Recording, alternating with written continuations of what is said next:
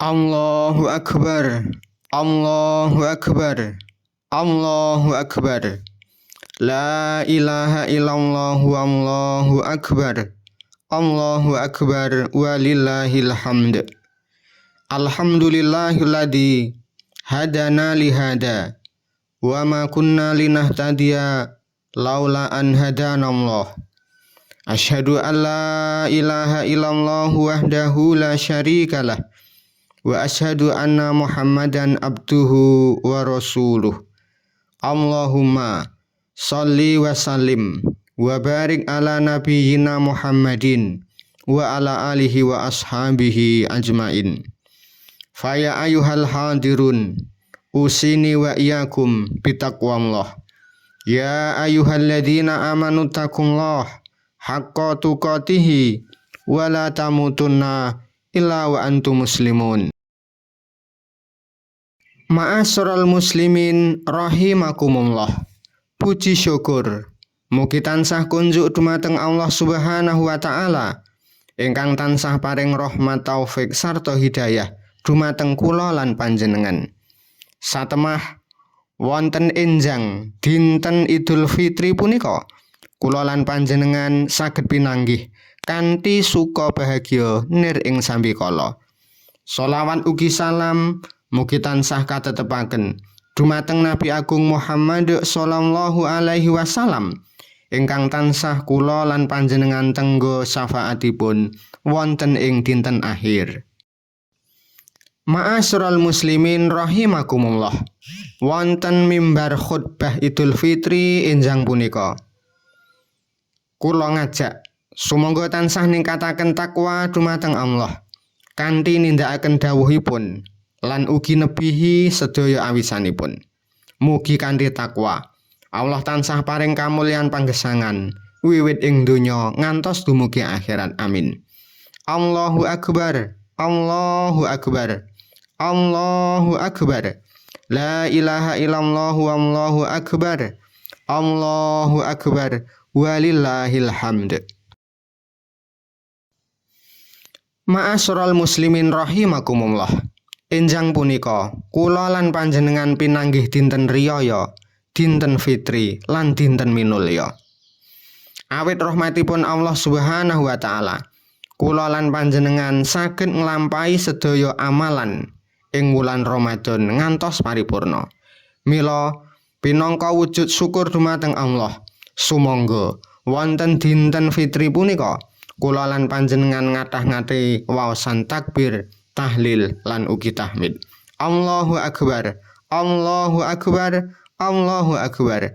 La ilaha illallah, Allahu Akbar, Allahu Akbar, walillahil hamd.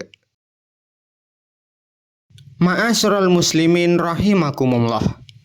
Ramadan sampun paripurna. Ramadan sampun nilaraken kula lan panjenengan kanthi mbeta sedaya rahmat, barokah lan maghfirahipun. Ananging sanadyan Ramadan sampun paripurna, sejatosipun tarbiyah lan piwucal Ramadan tasih saged dipun pendhet ngantos saklami-laminipun. Ramadan paring tarbiyah utawi piwucal dumateng kula lan panjenengan supados saged dados insan ingkang minulya. Ramadan ngajak sedaya kaum muslimin supados sareng-sareng gayuh kamulyan panggesangan ing donya lan akhirat.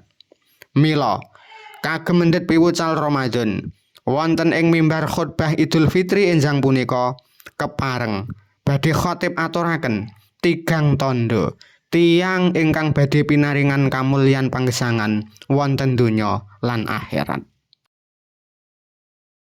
Tandha ingkang angka sepisan, tansah yakin bilih Allah Maha mirsani. Ma'asyiral muslimin rahimakumullah. Kenging punapa tiyang ingkang siam saged meperdahar lan ngunjuk sanadyan boten wonten ingkang ngawasi? Tentu jawabanipun amargi pitados lan yakin bilih Allah Maha mirsani. Lajeng kenging punapa tiyang ingkang siam punika saged meperlisan lan badanipun saking tumindak awon sanadyan boten wonten tiyang ingkang ngawasi? Tentu jawabanipun ugi amargi yakin bilih Allah Maha mirsani. Artosipun Ramadan paring piwucal bilih sanadyan boten wonten tiyang ingkang ngawasi lan mirsani, ananging sejatosipun Allah Ta'ala tansah ngawasi lan mirsani kula lan panjenengan. Ngendika Allah Subhanahu wa Ta'ala, wa huwa ma'akum aina ma kuntum wallahu bima ta'maluna basir. Lan panjenengane Allah tansah anyartani sira kabeh ana ing endi wae papanira. Lan Allah iku tansah mreksani samubarang kang padha sira tindakake. Ma'asyiral muslimin rahimakumullah. Allah punika tansah mirsani ing bab punapa kemawon ingkang kula lan panjenengan tindakaken. Mila tumrap tiyang ingkang akal budinipun normal, punapa boten lingsem menawi tumindak awon utawi ngendikan awon, ing mangka Allah ngawasi piyambakipun. Kapitadosan bilih Allah Maha mirsani ing bab punapa kemawon estu saged dados jalaran tiyang punika ngatos-atos anggenipun tumindak wonten saben dintenipun. Tiyang ingkang yakin bilih Allah tansah mirsani temtunipun boten badhe wantun tumindak awon lan maksiat. Mila kapitadosan punika estu saged dados jalaran tiyang punika pinaringan kamulyan panggesangan wonten ing donya ngantos dumugi akhirat. Perkawis punika jumbuh kalian pangandikanipun Rasulullah, antak budamlah ka'annaka tarahu fa illam takun tarahu fa innahu yaraka. Ihsan utawa derajat iman kang paling dhuwur yaiku sira manembah marang Allah kaya dene sira sumurup marang Allah. Ananging menawa sira durung bisa, mula mangertia sejatine Allah iku tansah mirsani marang sira. Hadis riwayat Imam Muslim. Tanda ingkang kaping kalih, tansah saged koreksi diri utawi mawas diri. Ma'asyiral muslimin rahimakumullah. Ramadan paring piwucal. Bilih sejatosipun kula lan panjenengan punika makhluk ingkang ringkih. Mboten dahar, sekitar 8 jam kemawon sampun lemes, mboten kagungan daya.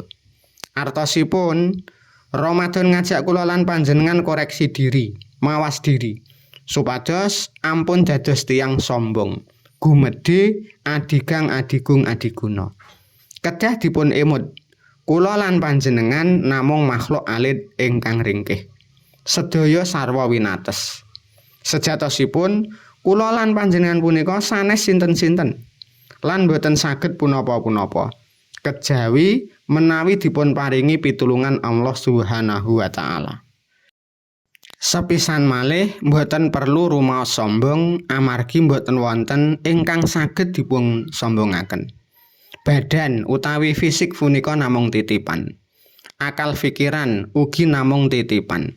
Bondo napa malih sedaya namung titipan. Mila punapa pantes tiyang ingkang namung nampi titipan kok malah sombong. Amirul Mukminin Umar bin Khattab nate paring wejangan. Hasibu anfusakum qabla an tuhasabu. Sira padha hisaben badanira utawa padha koreksi diri sadurunge sira dihisab ana ing dina kiamat. Tiyang ingkang saged koreksi diri estu mujudaken ciri tiyang ingkang badhe manggih kamulyan ing donya lan akhirat. Lan kosok wangsulipun tiyang ingkang boten saged koreksi diri, boten saged mawas diri, mila boten saged mundhak kesaenanipun, namung badhe ajeg kemawon ngantos saklami-laminipun. Mila tiyang ingkang boten saged koreksi diri punika ciri tiyang ingkang gagal gesangipun. Tanda ingkang kaping 3 inggih punika peduli tumrap tiyang sanes. Ma'asyiral muslimin rahimakumullah.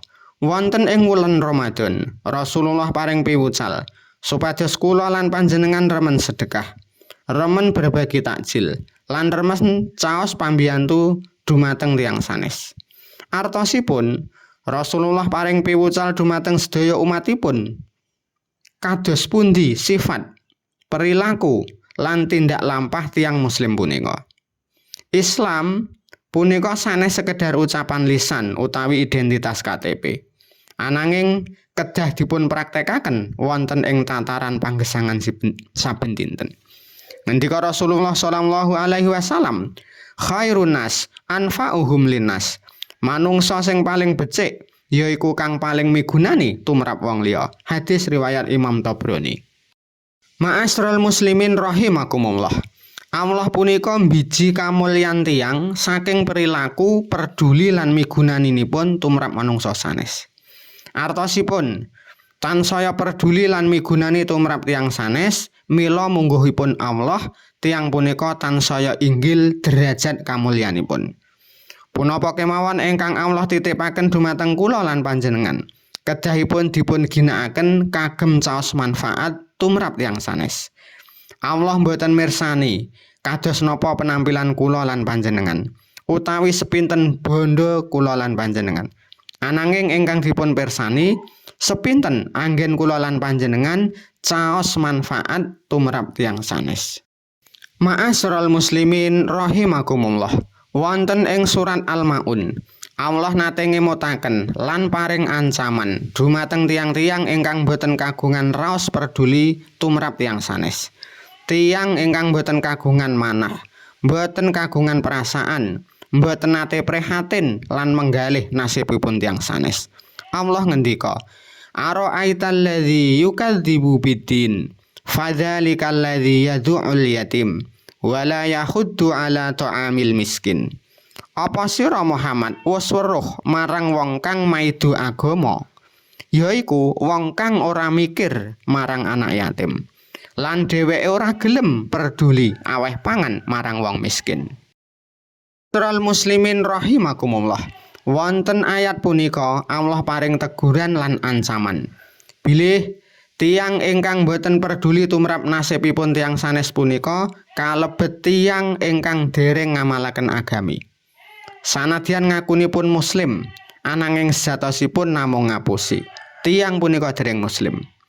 Mila boten wonten gunanipun kula lan panjenengan kagungan jabatan inggil, kagungan gelar akademik ingkang tarik-tarik, kagungan bondo ingkang kathah, menawi mboten kagungan ati, mboten kagungan perasaan, mboten kagungan raosan peduli dhateng tiyang fakir lan miskin. Allahu akbar, Allahu akbar, Allahu akbar, la ilaha illallah, Allahu akbar, Allahu akbar, walillahil hamd. Ma'asyiral muslimin rahimakumullah. Cekak aosipun wonten mimbar khutbah Idul Fitri enjang punika